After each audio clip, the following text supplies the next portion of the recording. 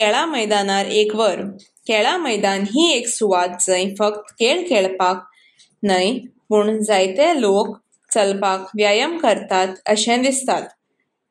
ल्हान ते व्हडले सगळेच आपल्या खेळांत रमतात अशी ही सुवात.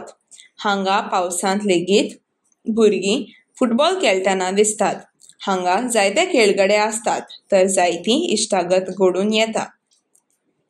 एक दीस सांजे वेळार भोंवत आसतना खेळा मैदाना लागीं आशिल्ल्या हांवें थंय वचूंक थारायलें. थंयच बसून मैदानाचेर घडपी खेळाचो आस्वाद घेतालों. खेळा मैदानाच्या व्हड वाठाराक लागून थंय एकाच सुवातेर एका शाळेची वर्सुकी खेळ चलताली आनी 2 सुवातेर क्रिकेट नेट चालू आशिल्ले.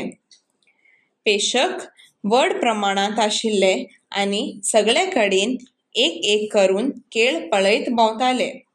म्हाकाय तशें करप योग्य दिसलें कारण म्हाकाय सुवातेर बसून सुर्याची किरणां आनी उडपी धूल नाका पुरो करतालो. अचकीत फुटबॉल मैदानाचेर खूब आवाज आनी फटाके आयकूंक आयले. हांव थंय पावलों तेन्ना खेळगडी आपल्या जेताची परब मनयताले आनी हारपी पंगडाक वांगडी तांकां हात दिताले. पयसुल्ल्या दोंगरा फाटल्यान मळब तांबडें जावपाक लागलें. थोड्याच वेळान सूर्यास्त जावपाचो आशिल्लो. थंयच्यान एक वर कशें गेलें तें कांयच कळ्ळें ना आनी हांव घरा परतलों.